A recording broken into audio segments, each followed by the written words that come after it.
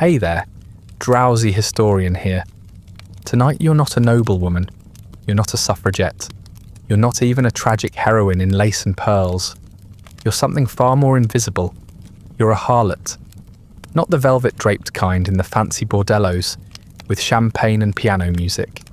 No, you're the kind who wakes up on a stained mattress in a crib that smells like mildew and regret.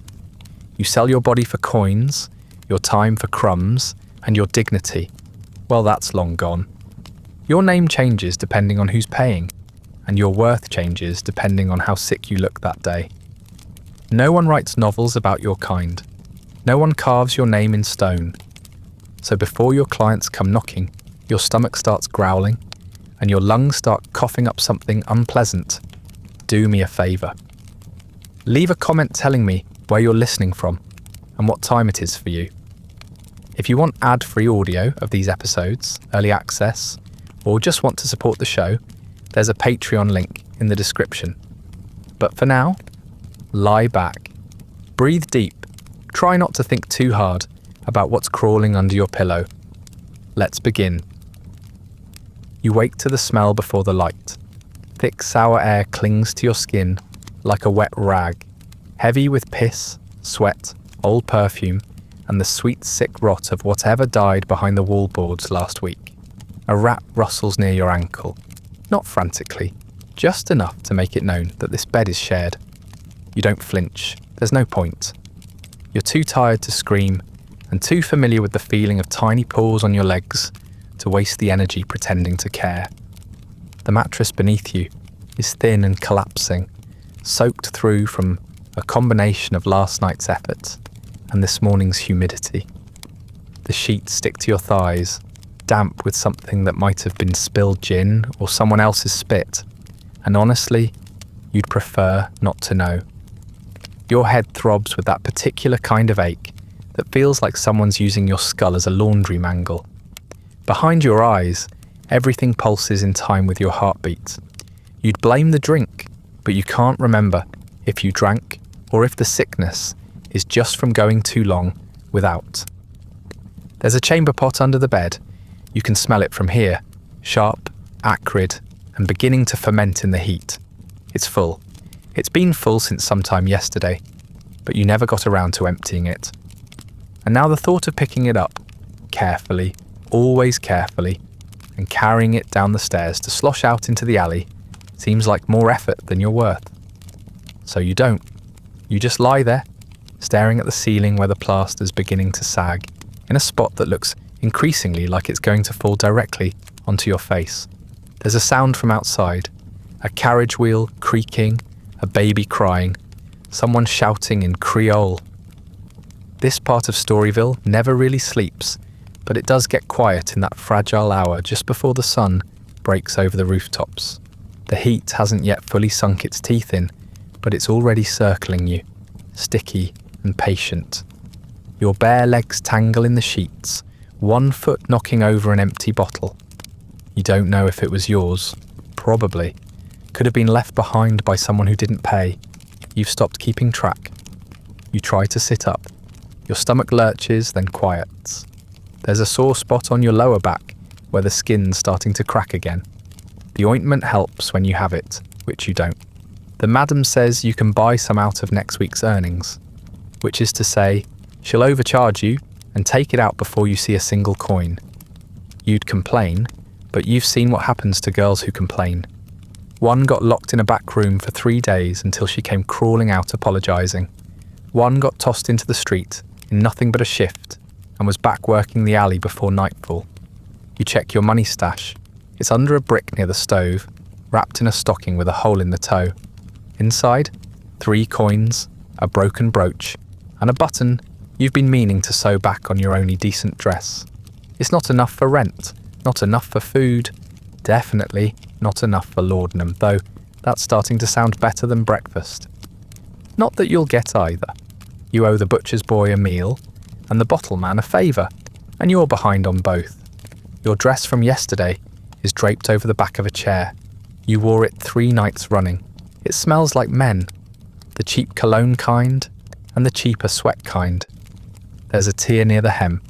and the lace on the bodice is unravelling in a way that makes you look careless, which you are, but it's still bad for business. You consider trying to sponge it off, then remember you don't have water. The tap in the hallway runs brown most mornings and hasn't done more than wheeze in days. You look around the room and try to convince yourself it's a life. There's a cracked mirror nailed to the wall at an angle that makes everything look slightly wilted. A brush with 3 teeth left. A chipped enamel basin that smells faintly of mould and rosewater. The floorboards creak like they're in pain every time you move. On one windowsill, there's a cigarette butt someone left behind. You pick it up, sniff it, and tuck it behind your ear. You might want it later.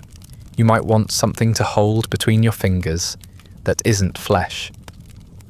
Somewhere upstairs, another girl is laughing too loud, too fast.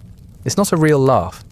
It's the kind you make when you want the man to think you're enjoying yourself, or at least to hurry up. You think it's Louise. She came down from Memphis last spring with a black eye and a suitcase full of lace.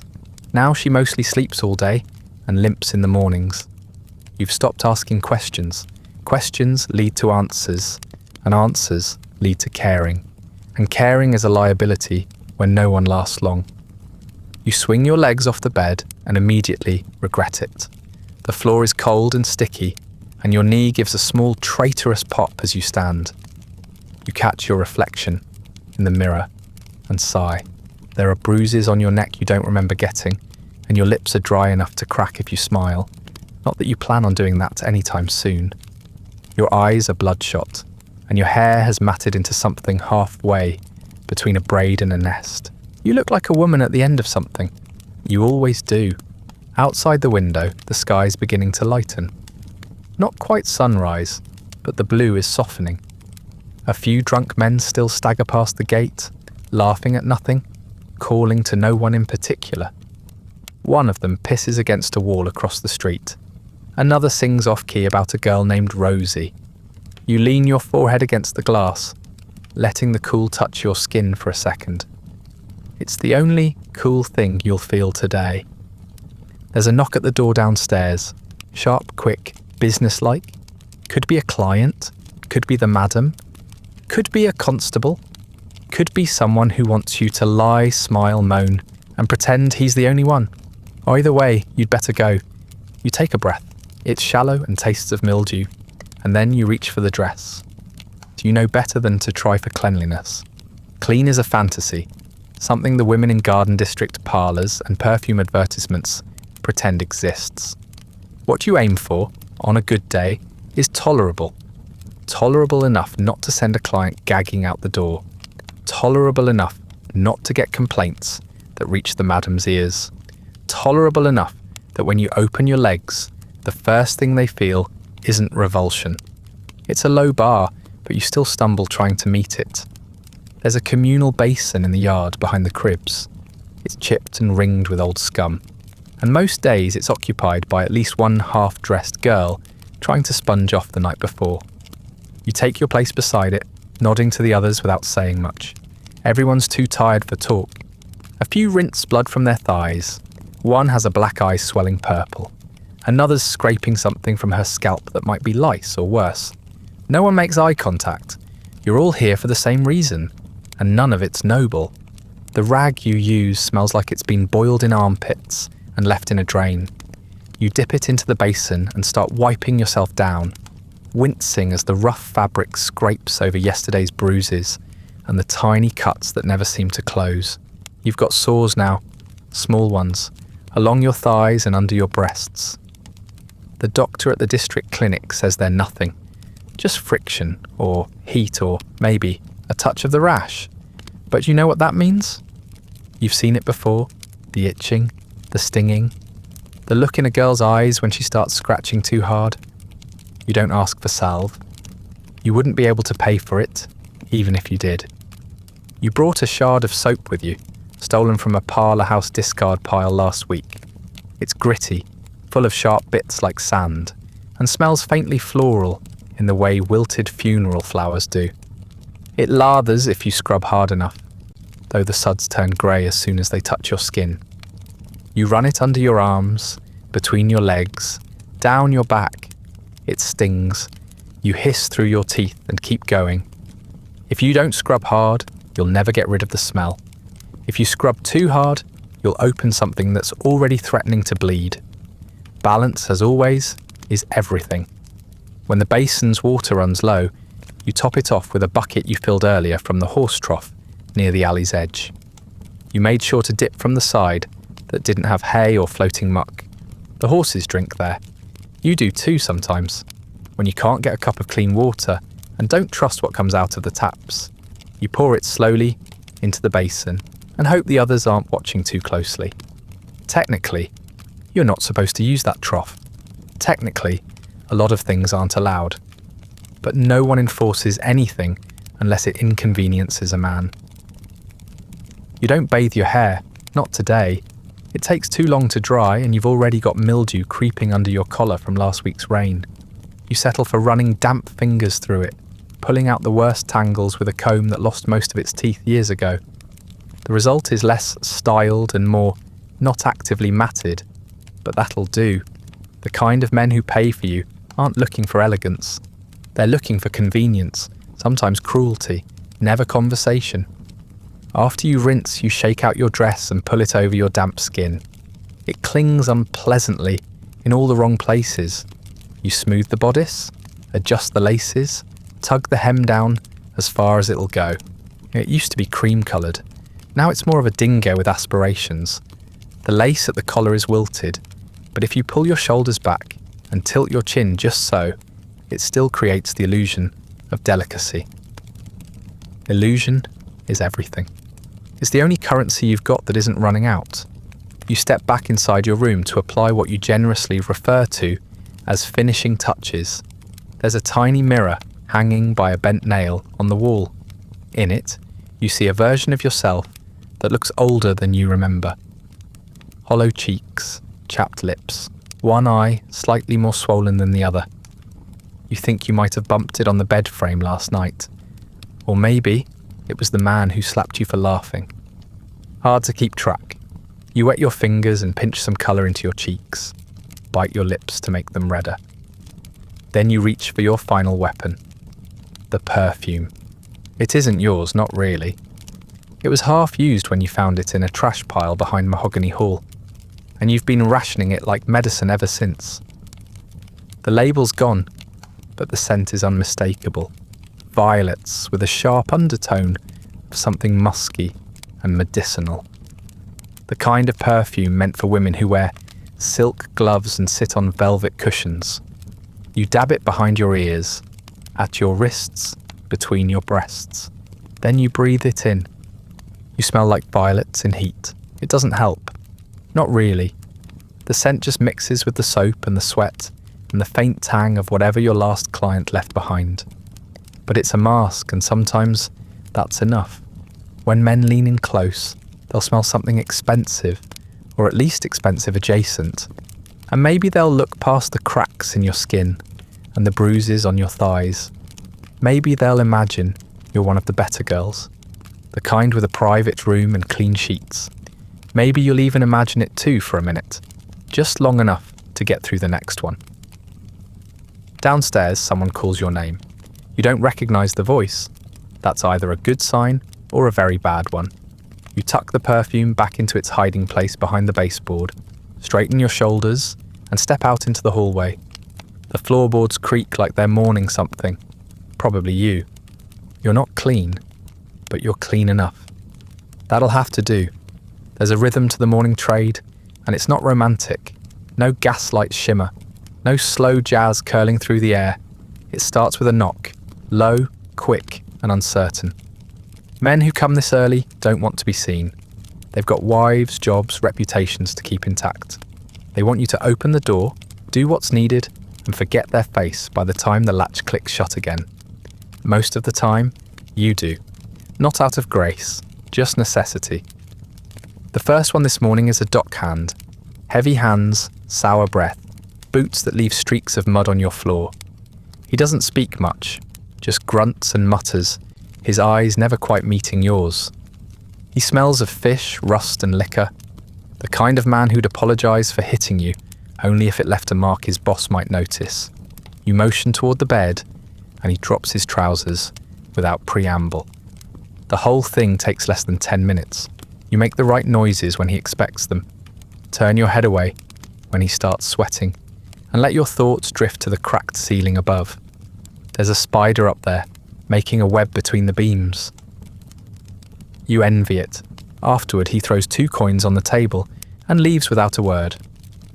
You don't count them until the door closes. One's real, one's wooden, painted silver. You sigh, pocket the real one, and tuck the fake under a loose floorboard with the others. You've got a collection now. A small graveyard of false promises and vanished men. The next is a regular. Mr. LeBlanc. Mid-40s, always wears a tie, always brings cheap whiskey and a sad story. His wife's cold, his job's thankless. The world doesn't understand him. You've heard it all. He wants you to listen. Not too closely, just enough to nod at the right moments. He's not unkind, not really. Just entitled in the way men like him are, expecting comfort on demand, like warmth from a stove. He kisses your forehead and tells you you're better than this. You smile because you know he likes that. He doesn't mean it, and you don't believe it, but it's a game you've both learned to play. He takes longer. He always does. He wants tenderness but has no idea how to ask for it. So he fumbles his way through something that feels like affection but tastes like obligation. You hold him afterward, mostly so he won't start crying again. He leaves the whiskey this time, which is a mercy. You take a swig and let it burn down your throat. It's not good, but it's strong enough to scrape the taste of him from your mouth. There's a lull around mid-morning, the gap between the early risers and the lunch hour gamblers. You use the time to wash your face, re-pin your hair, and lie flat on the bed with your eyes open. Not resting, just existing. You listen to the sounds around you. Someone arguing in the hallway, a girl laughing too loud in the next room, footsteps coming and going on the stairs. The city breathes in patterns. So do you. That's all you can manage some days. A third knock, younger this time, maybe a soldier. You open the door to find a boy barely old enough to shave, fumbling with his belt like he's trying to convince himself he knows what he's doing. He's flushed, sweating, talking too fast. Says he's never done this before. You nod like you believe him, though his eyes are already darting around the room like he's scouting for exits. He wants you to be kind. He wants you to be gentle, but he also wants to finish quickly, to get it over with, so he can pretend it never happened. You guide him through it, soft-voiced and distant, as though reading instructions from a manual. When it's done, he doesn't meet your eyes, just drops a crumpled note on the table and mutters something about catching a train. You nod again and close the door behind him. You unfold the bill. It's torn and half the ink is smeared, but it'll pass if you're quick. You tuck it into your stocking and sit on the edge of the bed, rubbing your temples. You can already feel the start of a headache blooming behind your right eye. Not every client is rough. Some are just clumsy, some are cold, some smell so strongly of soap and aftershave that it makes you dizzy. Others reek of garlic, cigars, and the sea. You've had men who wanted to be worshipped, others who wanted to be punished. A few just wanted to talk, but most just want fast, cheap, and quiet. They don't want intimacy. They want transaction. You learned that early. You've gotten good at reading their type before they even speak. The ones who ask your name never mean it. The ones who say you remind them of someone are usually lying. The worst are the ones who linger. The ones who sit on the edge of your bed and start telling stories about their childhood or their dreams or their mother. Those men always come back, and they always ask for more than you're willing to give. You've developed tricks. Fake a cough, and they'll often take it as a sign to leave. Fake a moan at the right moment, and they'll finish faster. If one looks like he might get violent, you compliment his hands. It sounds absurd, but it works more often than not. Most men don't want to hurt someone who flatters them. Not unless they think you're lying. And even then, only if they feel insulted. It's a delicate balance. Everything is. By the time noon drags itself over the rooftops, you've had 4 men and a half bottle of whiskey. Your thighs ache, your head's spinning. You haven't eaten, but the idea of food turns your stomach. You lie down again, not to sleep, just to flatten yourself into something that feels less human. You stare at the wall. There's a nail sticking out at just the right angle to catch your dress when you walk past. You keep meaning to hammer it in. You probably never will. Downstairs, the madame is shouting about something. Probably broken furniture or unpaid tabs. Someone's crying in the hallway. Someone else is laughing too loudly. Somewhere out there, the good girls of New Orleans are drinking tea on shady porches, fanning themselves and talking about the weather. You think about that for a moment, then let the thought fall away. Another knock. Time to start again. In the sliver of shade beside the cribs, just where the alley wall blocks out the worst of the afternoon sun, the girls gather. Not all of them. Not at once. Just a shifting collection of limbs and dresses, smoke and silence, whoever happens to be between clients, or taking a moment to let the sweat dry.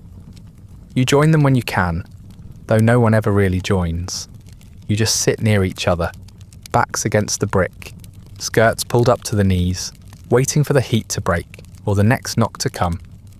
You're not friends, you're barely familiar, but there's something about surviving the same filth that breeds a kind of shared understanding. You don't talk about your pasts. No one asks what you did before Storyville. The answers are always too messy, too sad, or too stupid. Instead, you trade small things. Cigarettes, hairpins, bits of bread, a splash of perfume swiped from a richer girl's vanity. Sometimes a story, if it's funny. Sometimes a warning, if it's not. Don't take the one with the limp, someone mutters, eyes flicking toward the edge of the street. He likes to bite. Another girl nods without speaking, lips pursed, one hand resting on a bruised thigh like punctuation. Someone else laughs, a dry little sound with no joy in it. Better biting than choking, she says, pulling a scarf higher around her neck. You don't ask what's underneath. You've seen enough purple rings and broken capillaries to imagine. The stoop becomes its own sort of theatre, a place for posing, leaning, pretending. Some girls flirt with passers-by, hoping to pull a little business early. Others lounge with the indifference of queens, daring the world to look away. You sit quietly most days, not out of shyness, but out of preservation. The ones who talk too much usually disappear first. It's not superstition, it's pattern. You've seen it more times than you can count. One day she's sitting next to you, lighting a cigarette with shaky fingers, talking about some man who swears he'll take her away to Biloxi. The next day, her crib is locked, her things are gone, and no one can quite say where she went. Maybe she left with him. Maybe he left without her. Maybe she got sick. Maybe she just stopped waking up. The madame says she ran off. The girls say nothing at all. There's always someone new to take her place. Wide-eyed, pretty, too clean for comfort. She'll last a few weeks. Maybe longer, if she learns quick. You watch them come in with dresses that still have buttons and shoes that match, and you watch them fade like wallpaper in the sun. First the colour drains, then the hope, then the rest. You remember when you were new. You didn't talk to the other girls either, not at first. You thought they were cold. They weren't. They were smart. Now you know better. You keep your secrets like coins, close, hidden, not to be spent unless you're desperate. You've got a few tucked away still. A name you never use. A scar you lie about. A night you've locked in a room at the back of your mind that no one else is allowed to enter. Still, sometimes you talk. Late in the day, when the sun turns everything gold and the heat makes everyone a little slow, a little loose. You pass a cigarette around, watch the smoke curl like lace into the still air. Someone tells a joke about a preacher who paid extra to cry during it. Someone else talks about a client who sang hymns the whole time. You laugh, because it's better than screaming.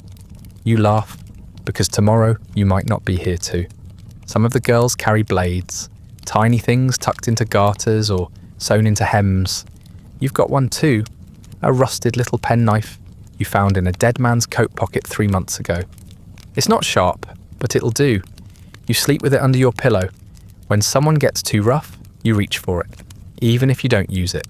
The threat is often enough. Not always, but often. You knew a girl who slashed a man across the cheek after he tried to strangle her.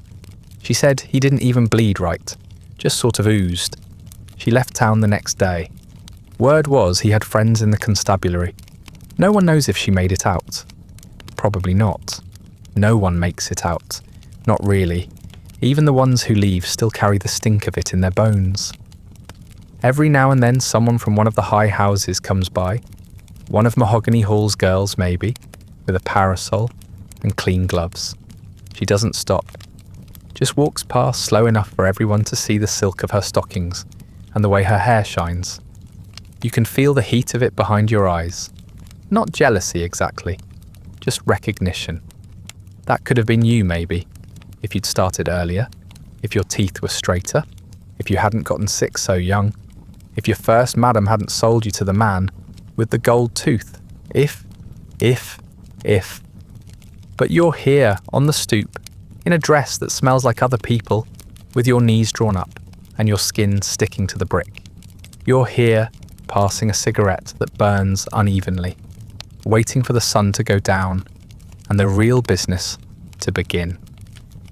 You're here with the other girls, and that's all. You stand in line with your dress sticking to the backs of your knees and your mouth tasting of metal. It's too early for the sun to be this hot, and too late for any real sense of dignity. The women around you are quiet, some swaying a little, some blinking slow like their eyelids have grown too heavy to lift. No one wants to be here. No one has a choice. The district requires regular inspections. It's not about your health, it's about theirs. The paying men, the married men, the ones who think their money should guarantee immunity. The clinic smells like sweat, vinegar, and old flesh. You'd say it smells like death, but death would probably be cleaner. The waiting room is little more than a converted parlour, warped floorboards, cracked crown moulding, 2 wooden benches that creak under the weight of too many sick women trying not to touch each other. A fan clatters in the corner, spinning slowly enough to be more insulting than helpful. There's no privacy, just curtains pulled half-heartedly across open doorways. You hear everything. You see almost everything. Sometimes you wish you didn't. When they call your name, it's barely more than a grunt. The nurse doesn't look up from her clipboard. You follow her past a curtain into a small room that smells sharper, like alcohol and rust. The doctor doesn't greet you. He doesn't have to. You're not a person to him. You're a task, a possible contamination source, a walking hazard in a dress that cost less than his gloves. He gestures for you to undress, not even turning his back while you pull up your skirt and slip your arms out of the bodice. The paper sheet he hands you is thin and already damp from someone else's fear. You sit on the edge of the table, legs dangling, trying not to wince when the metal of the stirrups touches your skin. You stare at the ceiling, where a fly is lazily circling a stain that's probably older than you are. The doctor prods, pokes, squints.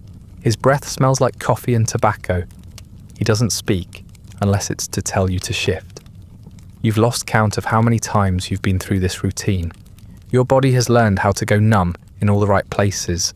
Your mind too. After a few minutes he makes a noise that might be approval, or disappointment. It's hard to tell. He writes something on your chart in hurried, jagged letters.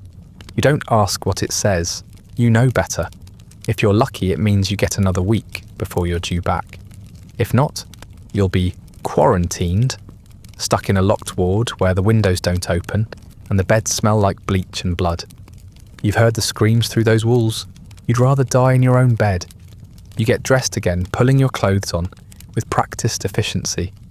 You notice a fresh sore near your hip bone, just under where your corset sits. You didn't feel it before. You feel it now. It's the size of a penny, angry red around the edges, weeping just enough to stick your underthings to your skin. You don't mention it. Mentioning it means being noticed, Being noticed means being marked. You don't want that. Not yet, not today. Back in the waiting room, another girl is shaking. Her lips are blue, and her hands won't stay still. She's whispering to herself. Something rhythmic, like a prayer or a curse. You've seen it before, the late stages, when the sores start to spread inside the mouth, when the joints swell, when the brain begins to melt down like wax under a flame. The madames say it's hysteria. The doctors say it's nerves. You know it's syphilis. Everyone does. They just don't want to say the word out loud, like naming it gives it more power than it already has. Once you watched a girl tear off all her clothes in the middle of Basin Street, howling like a dog at the moon. She'd been sweet, soft-spoken, barely 17, thought she'd make enough money to send her little brother to school. She ended up wandering the district barefoot for 2 days before they dragged her away. You heard she died in a county hospital, her fingernails ripped out, and her eyes milky white. No one claimed the body. No one could afford to. The treatment, if you can call it that, is mercury. Ointments, injections, tablets. It burns going in. Burns worse coming out. Some girls lose their hair, some lose teeth. You've lost pieces of memory. Small gaps in time you can't account for. You chalk it up to stress, but deep down, you wonder.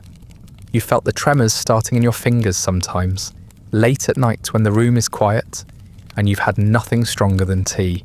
That's how it begins, they say, the trembling.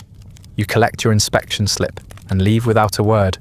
The paper is stamped with a date and a note. Fit for work. You laugh at that, quietly, bitterly. Fit for work. Like a mule or a machine. As long as you're not bleeding out of the wrong places or raving in the street, you're good to go. No one checks your mind.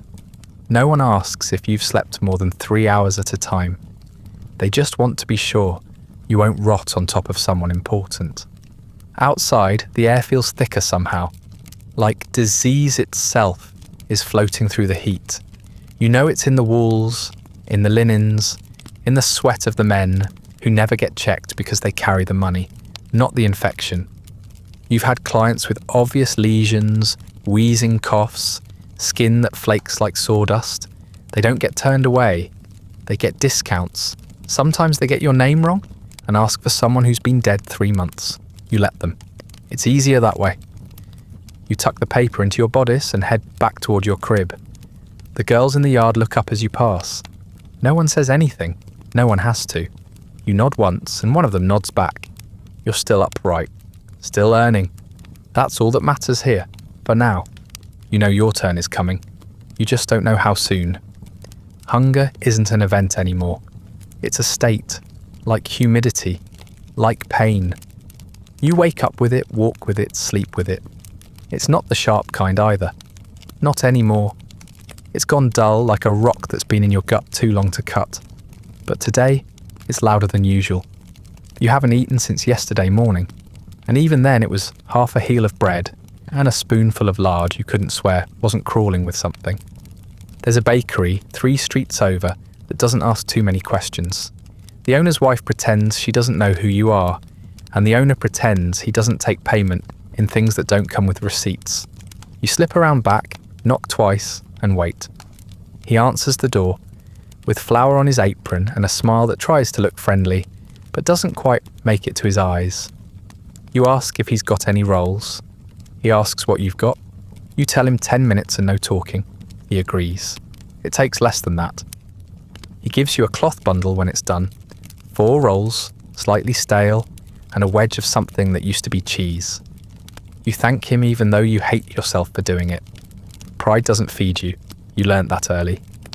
You walk to the edge of the alley, perch on a crate, and open the bundle slowly, like it's something sacred.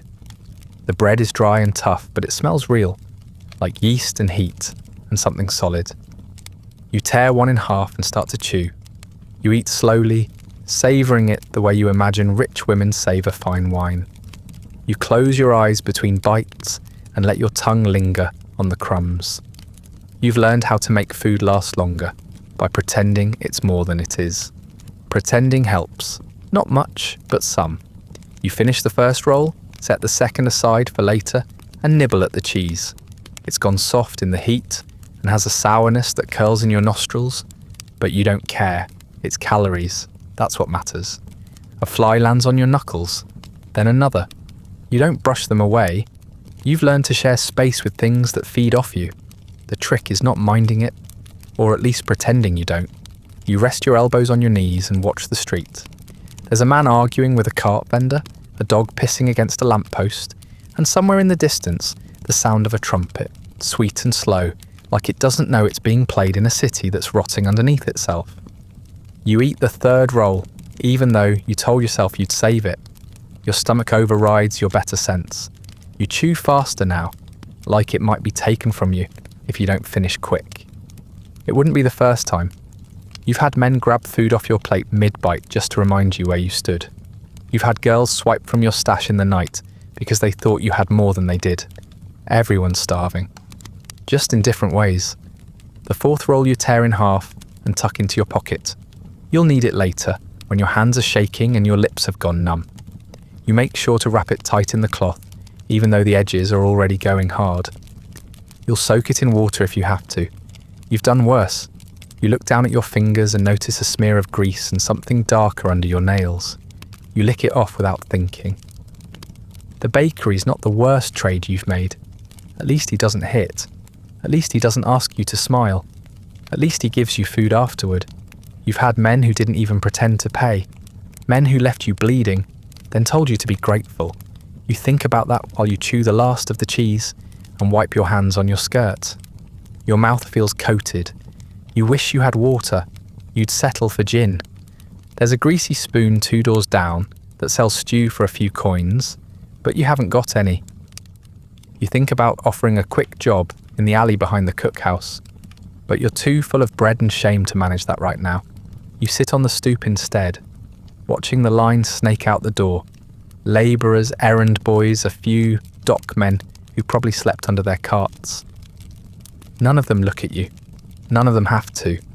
They know what you are. You're marked even when you're sitting still.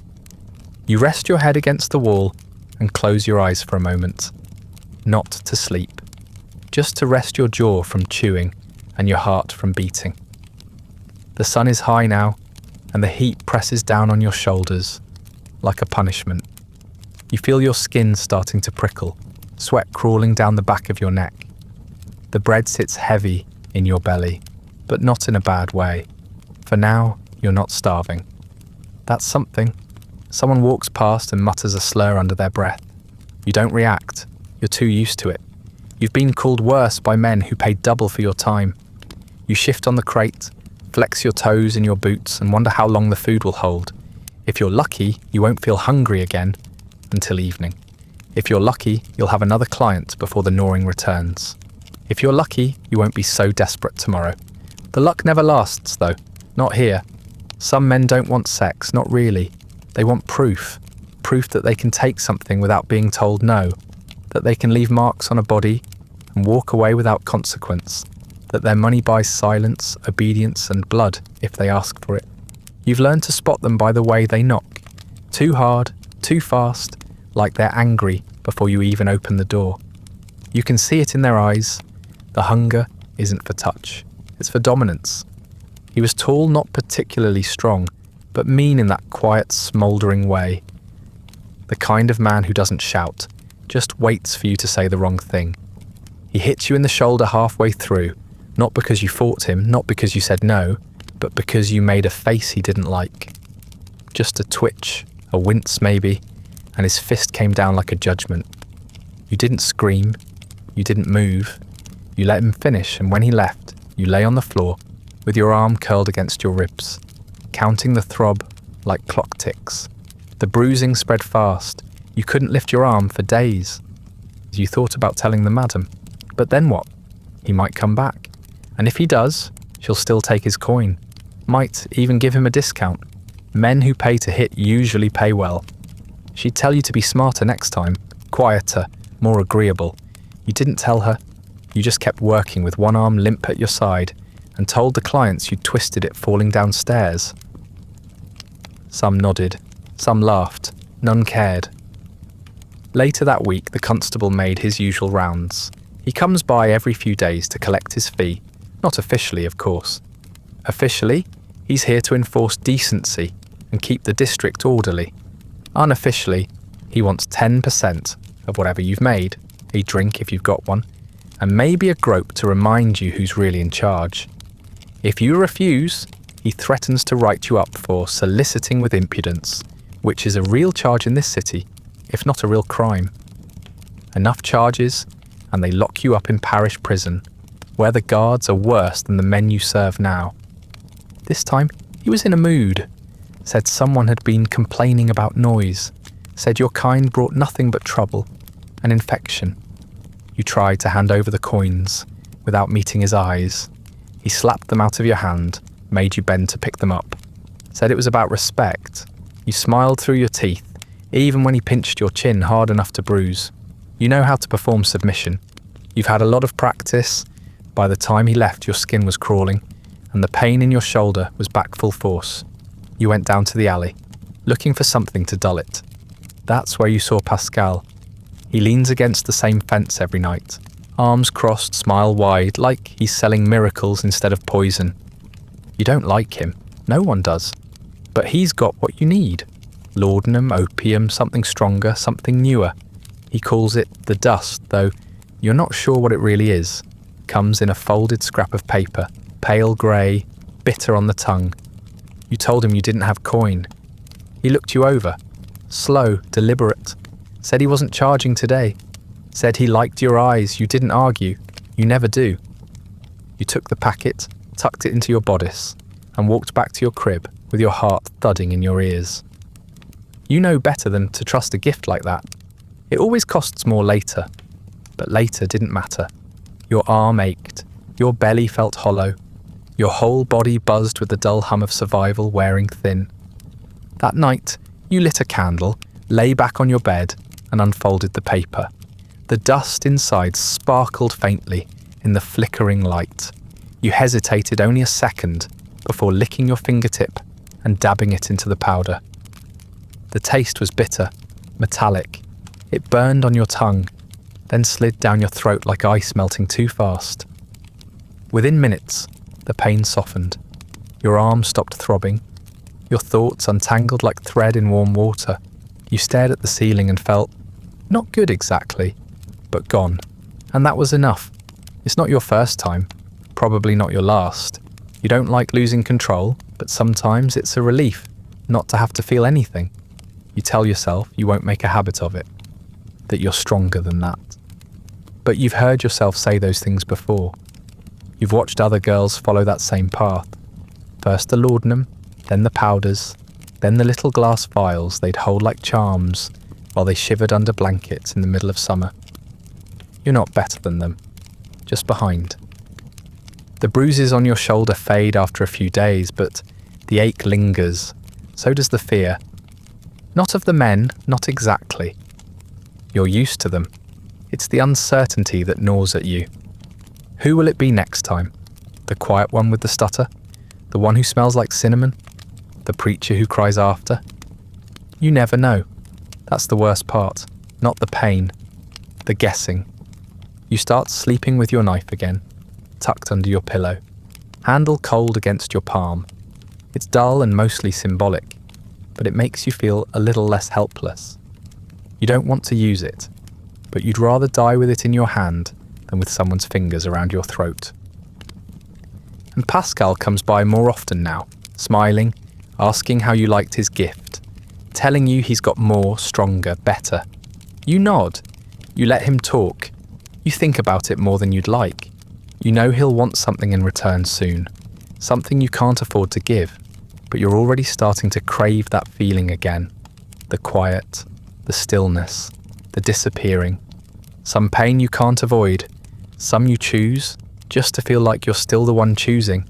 The sun's long gone, though you wouldn't know it from inside your room. The street lamps throw a weak yellow light through the slats in the shutters, streaking the walls with long bent shadows. You sit on the edge of your bed, dress wrinkled, bodice pulled halfway down, hair pinned back not for style but function. You're already tired, and the night hasn't even properly started. It never really ends either, just blurs from one man to the next, one evening into morning into dusk, until you've forgotten what it felt like to wake up without dreading the dark. From down the block you hear music drifting through the air, bright, brassy ragtime floating out from Mahogany Hall. A piano tinkles underneath the thrum of conversation, followed by laughter that rings too clear to be real. Glasses clink.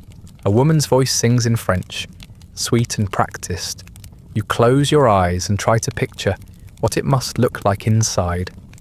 Velvet settees, lace-trimmed robes, girls with powdered shoulders and scented wrists, the kind of women men take their hats off for. That isn't your world. You're 3 streets too cheap and $10 too poor to belong to that house. You wouldn't fit in even if you stole the dress and painted your teeth white. Your room is colder than it should be.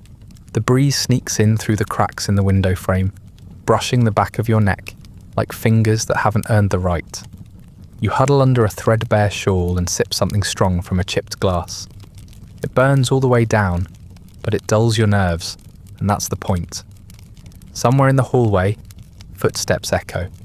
A man's voice barks something unintelligible. Then a door slams. You don't bother looking. You're not on the clock yet, not officially.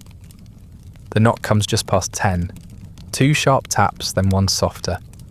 You open the door and find a man swaying slightly, eyes glazed, clothes stained with salt and ale. Dock worker. He reeks of sweat and the river, the kind of smell that seeps into your sheets and doesn't leave. He grins at you, all teeth and bad breath, and slurs something that might be your name or someone else's. You step aside and let him in. You've learned not to ask questions. He fumbles with his trousers while you light the lamp. The flame flickers, throwing strange shapes on the walls, making your small room look even smaller. He sits on the bed with a thud, then lies back like he owns it. You go through the motions, pull your skirt up, kneel beside him, stroke his arm, whisper something that sounds encouraging. It doesn't work. He huffs, grunts, tries again. Nothing. He curses under his breath and turns on you. You're broken, he snaps, shoving you away. You've got no fire. You're cold as fish. You don't respond. You just sit back, rearrange your dress, and stare at a crack in the floor. He blames you, of course. They always do. Never mind the liquor on his breath or the fatigue in his limbs. If he can't finish, it must be your fault. You were too slow, too dry, too bored. You didn't inspire him. You didn't make him feel like a man. You've heard it all before. He doesn't hit you, just storms out, muttering something about wasting his money. You don't even check to see if he left any. You know he didn't. You hear his boots stomp down the hall. Then the front door creak open and shut. Another ghost added to your ledger of unpaid nights. You clean up mechanically, straighten the covers, fold the shawl, pour yourself another drink. There's no one else scheduled, but that doesn't mean you're done. Walk-ins happen, last-minute regulars, men who've had one too many and think you're prettier when their vision blurs. You dab some of the perfume behind your ears, just in case. You're almost out. You've been stretching the last of it for weeks. When it's gone, you're not sure what you'll use to mask the sourness. Through the wall you hear someone crying. A girl's voice, high and broken, sobbing into something soft. The sound rises and falls like a storm you can't see. You know who it is. Her name is Frances, maybe, or something close to that. She came 2 months ago from Baton Rouge, still plump and pink-cheeked, with a box full of dresses and a letter from her aunt. Now she barely leaves her room. You heard she got pregnant. You heard she tried to end it herself. You heard too much, and none of it helps. You don't go to her. You don't knock on the wall and ask if she's all right. You don't press your ear to the wood like you used to, when you still believed comfort was something you could give. She'll cry until she can't anymore, and then she'll lie still. And tomorrow she'll work, or she won't. Either way, the district won't notice, neither will the men. You lie back on your bed, eyes open, staring at the ceiling. The music from Mahogany Hall has slowed. A waltz now, delicate and aching. You imagine a woman in a silk robe spinning under the glow of a chandelier, her heels clicking softly on polished floors. You wonder if she feels safe. Probably not. But maybe safer than you do. You've heard the high-class girls get doctors who don't smell like vinegar. Heard they eat real food. Heard their bruises fade faster. Outside, the wind picks up. You hear something rattle, a shutter maybe, or someone banging on a trash can. The night is noisy, always. Drunks, rats, horns in the distance. The city moves, even when you don't. Especially when you don't. You curl your legs under you and pull the shawl tighter. The room smells like sweat and whiskey and the river. You're too tired to care, too tired to cry. You don't even bother undressing. There might still be another knock. There's always another knock. The room is quiet, which is rare. No footsteps in the hallway. No laughter from downstairs. No shouting. No moaning. Not even the usual creak of the bed springs above you. Just silence, soft and strange. The kind that makes you think maybe, just maybe, the city has forgotten you for a moment. You don't move. You hardly breathe. You let it settle around you like something holy. Moonlight spills across the floorboards, pale and thin, like someone poured milk along the cracks in the wood. It catches on the chipped enamel of the wash basin, glows faintly against the edge of the mirror, stretches long fingers toward your bare feet. The light makes the room look cleaner than it is, softer. You pretend, for just a second, that you live somewhere else, that this is your room. Not a rented space with a mattress full of strangers' memories, but a room you chose, with curtains you picked, with a lock that only you use. You lie back slowly, your body sore in the usual places, and tired in all the others. You stare at the ceiling, and let your mind wander, not toward the past, which is crowded and ugly, but towards something that could be. You picture yourself standing on a train platform, small case in hand, hair tucked under a sensible hat. You picture the air cold and dry, your breath turning to fog, your dress neat and unstained. You don't know what city you're in, Baton Rouge maybe, or St. Louis, some place with brick buildings and quiet streets, some place where no one knows your name, or worse, your reputation. In the dream, you get a job in a laundry or a sewing house. You work long hours, sure, but no one touches you without asking. No one calls you names in the street. No one demands a piece of you in exchange for rent. You rent a small room above a bakery that smells like bread at sunrise. You eat every day. You sleep through the night. Sometimes you even laugh. You know it's nonsense. You don't have money for a train ticket, let alone a new life. The coins in your stocking wouldn't cover a ride out of town on a mule cart, much less the fare to another state. You owe the madam, the butcher's boy, the pharmacist, and the girl down the hall who lent you a comb 2 weeks ago. You've never even seen snow, not really. Not outside of picture postcards sold on Canal Street. But still, it's nice to pretend, just for a while. You've read stories, not many, but enough. Girls who run away, change their names, become governesses or school teachers or wives of kind men with quiet eyes. They always seem to get found, though, dragged back by fathers or pimps or the past itself.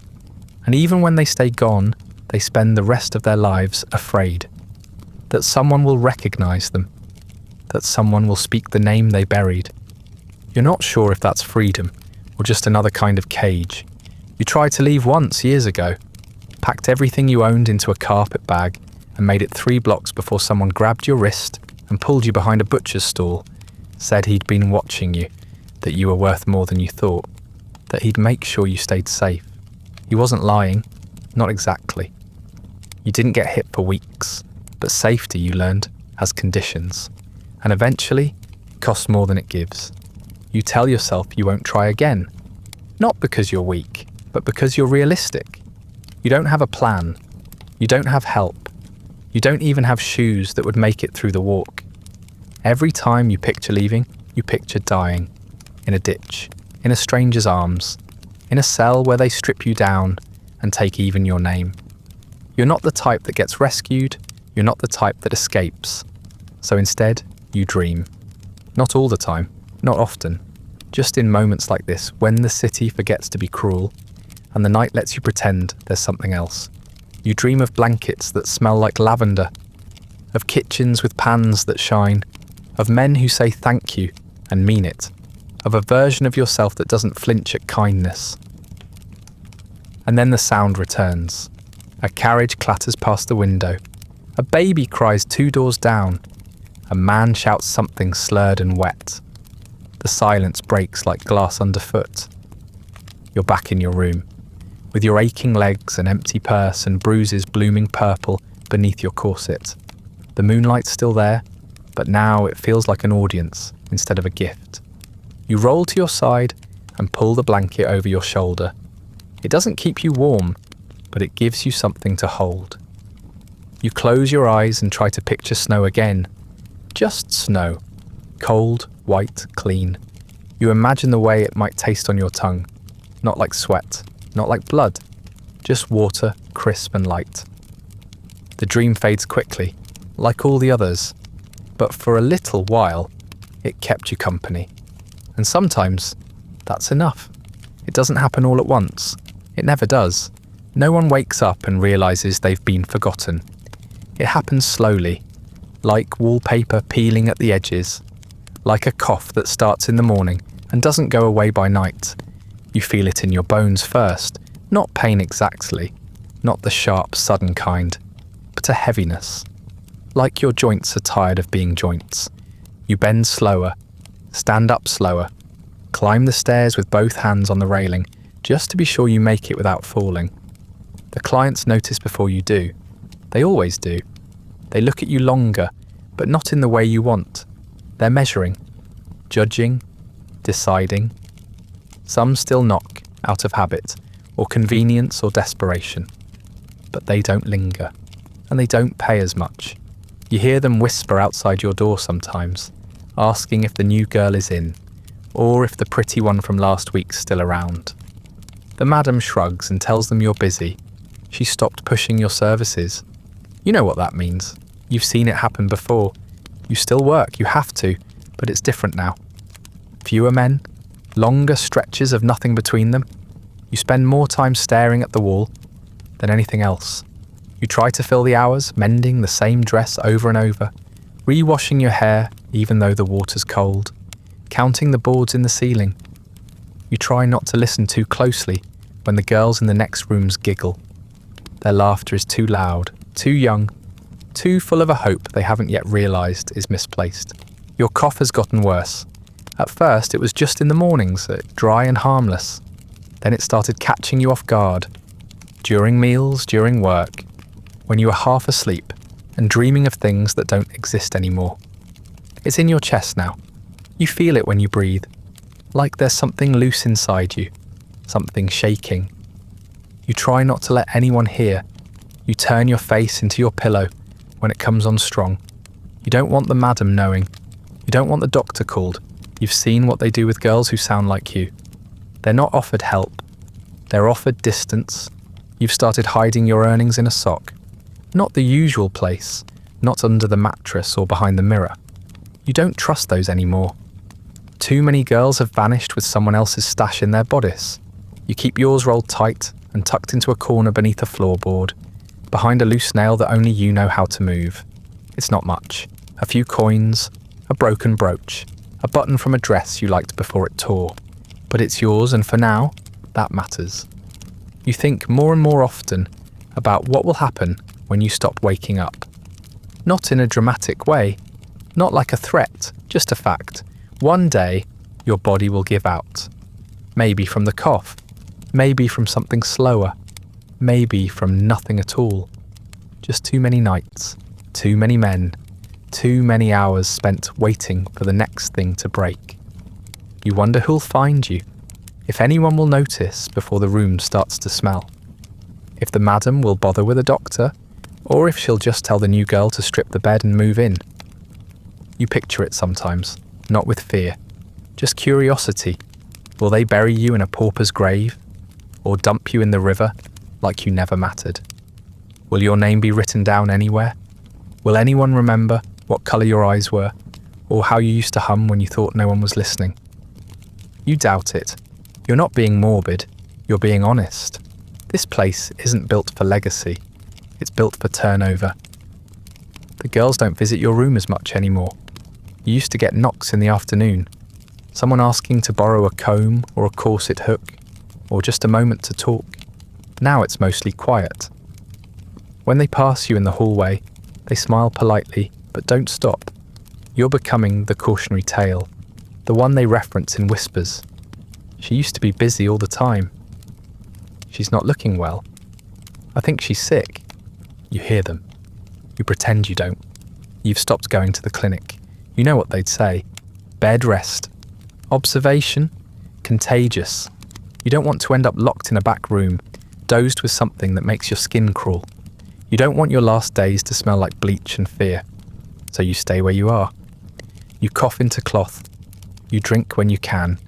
You rest more than you should. Sometimes when the fever creeps in, you sleep straight through the sound of men knocking down the hall. There's a kind of peace in being overlooked. No one asks anything of you. No one expects you to smile. You drift through the days in a fog of stillness, eating only when you remember, dressing only when necessary. Your dreams get strange, full of light and snow and faces you don't recognize. You wake up with your heart pounding and your hands cold. You tell yourself it's just the weather. Even though the weather doesn't change here, it never changes. Your reflection in the mirror grows softer, blurrier. Your cheeks are sunken, your eyes shadowed. The bruises take longer to fade now, and the small cuts don't close like they used to. Your hair falls out in clumps when you brush it, so you stop brushing. You pin it back and look away from the glass. You already know what you'll see. You keep a small scrap of paper under your pillow, your name written in your own hand, just in case. You don't know who you expect to find it, but it feels like something you should do. A reminder, proof, just in case no one else remembers. It happens quietly. No drama, no final words, no sudden gasp that signals the end. You don't even notice it at first. Your body's been failing for a while. The cough stronger, the fatigue heavier, the nights more fever than sleep. You spent the evening curled beneath the same blanket you've sweated through. For years, too weak to undress, too cold to move. You tried to drink something, but your hand shook too badly to hold the glass. You closed your eyes thinking you'd rest a bit. Maybe just an hour or two. You never opened them again. Maybe it was pneumonia. You've been wheezing for days, your breath catching in your chest like something was stuck there. Maybe it was something in the powder Pascal gave you, stronger than usual, something cut with just enough poison to finally quiet the noise. Maybe your body just gave out. No one knows. No one really tries to find out. The women in the house noticed you hadn't come downstairs, but they didn't ask. People disappear here all the time. Asking means getting involved. Getting involved means risk. And it takes 2 days before anyone opens your door. The madame's voice rings out in the hall, annoyed, calling your name like you've overslept on purpose. When there's no answer, she sends a girl up to check. The girl finds you curled on your side, arms tucked in like you were bracing against a chill that never lifted. You look asleep, except you're not warm, and you don't stir when she whispers your name. She doesn't scream. She just backs out of the room and closes the door behind her. By the time someone official arrives, your body's already stiff. There's no ceremony, no priest, no doctor to declare the time. Just a man from the coroner's office, with gloves that don't fit and eyes that never meet your face. He checks for breath, finds none, shrugs, jots something down in a ledger you'll never see. Female, mid-20s to early 30s, unclaimed. That's all you are now. An entry on a line between a smudge of ink and someone else's forgotten name. Your belongings are gone before your body is. The girls come in quiet, not with malice, just necessity. A dress here, a comb there, the bottle under the bed, the coins in the sock. They knew about it after all. They always do. Someone takes the perfume, the last few dabs of something floral and fading. Someone else takes the brooch, even though the clasp is broken. No one takes the paper with your name on it. It ends up crumpled behind the mattress. The landlord comes by just after noon. He doesn't look inside, just stands in the hallway, chewing a toothpick, muttering about missed rent. The madam tells him you're gone. He grunts. Then he tells her he'll need the room cleared by nightfall. There's another girl coming in from Baton Rouge who needs a place to sleep. The mattress isn't in bad shape, all things considered. He'll sell it to someone down the block who doesn't ask questions. Your blanket gets tossed in a pile for washing. No one remembers it was yours. They move your body in a wagon used for hauling refuse and broken furniture. A sheet covers your face, but it doesn't change anything. You're not escorted, you're not mourned, you're not even discussed. There's no obituary, no prayer, no notice pinned to the door. Just silence, the kind of silence that follows a shift change, that fills a space someone else is about to occupy. You're taken to a city lot where the grass grows patchy and the graves are marked with numbers instead of names. They dig a hole just wide enough and just deep enough. There's no headstone, no marker, no ceremony. You're lowered into the earth like a bundle, not a person. The dirt is cold, the sky's grey. A crow lands nearby but doesn't stay long. There's no one there to watch. The light in your old room flickers on again, 2 nights after you're buried. It glows weakly behind thin curtains, casting the same pale lines across the floorboards, catching on the same warped mirror and cracked basin. There's laughter now, muffled through the walls, and footsteps pacing over the same groaning planks you used to tread, half asleep. The new girl has moved in. Her name is something short and sweet, the kind men like to say with their mouths full. She's younger than you were when you started here, and still soft around the edges. She smells like cheap roses. You catch it as she passes beneath the open window, the scent too bright, too eager, like someone trying too hard to pretend they're expensive. She hums when she walks, tapping her fingers on the stair rail as though the place doesn't frighten her yet. That won't last. The perfume will fade, the humming will stop, the tapping will slow. It always does. The house has a way of drawing the shine out of people, slow and silent, like a sponge soaking up whatever's left. Outside, the city doesn't miss a beat.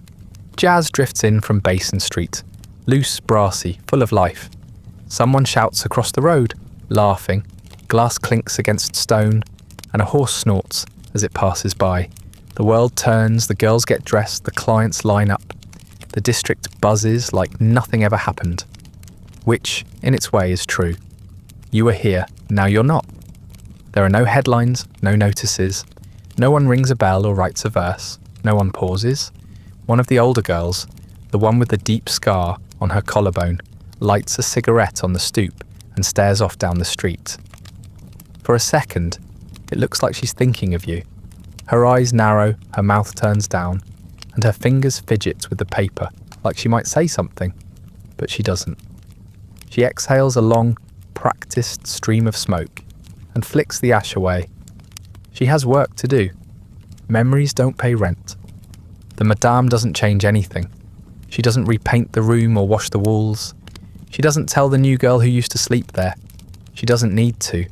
The stories aren't spoken, but they settle into the cracks and corners, into the way the door sticks just slightly when it closes, into the shape of the mattress, where your body wore it down night after night. The room remembers, even if no one else does. Sometimes the new girl glances at the mirror and tilts her head, like she sees something move that shouldn't. A shadow maybe, a flicker.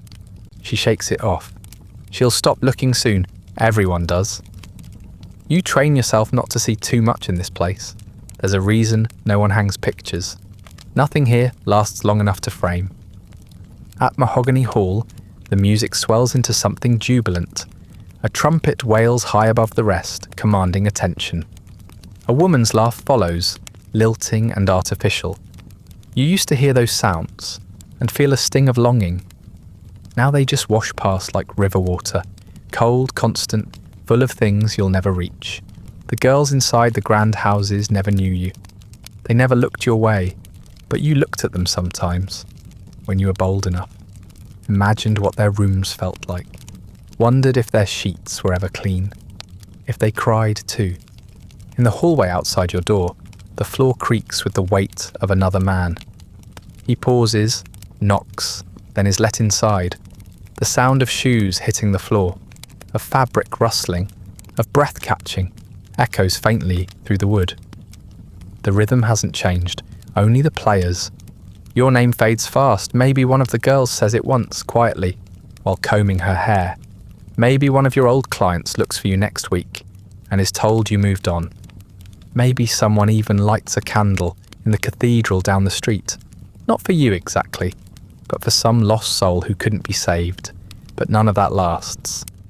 After a while, they forget how you laughed, how you walked, how you used to sit on the steps with your chin in your hand and your eyes squinting at the sun like you were trying to see something better. The girls who stay long enough start to blur together. They have the same tired expressions, the same bruises in the same places, the same perfume, reused from the same half-empty bottles. And when they're gone, their rooms fill again. The sheets are replaced, the belongings divided, the air shifts, but only slightly. No one notices.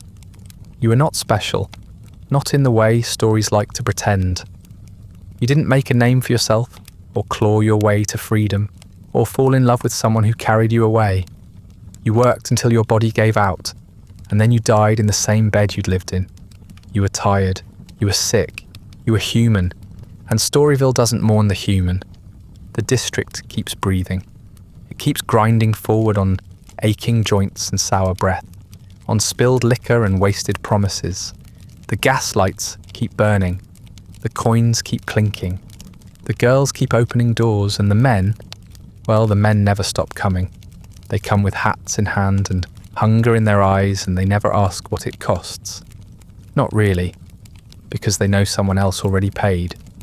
You were here, and now you're gone, and the district eats another. That brings us to the end of tonight's story, not of rebellion or redemption, but of a life worn thin by use and quietly discarded. If you're still awake, thank you for listening to a world where survival was routine, pain was predictable, and dreams were just softer kinds of hunger. The women of Storyville's cribs weren't legends. They weren't sinners or saints. They were bodies the city forgot how to see until it needed them again. If you'd like early access to more stories like this, ad-free audio, or just want to support the show, there's a link to the Patreon in the description. And if you feel like it, leave a comment about what vanished life you'd like to drift through next.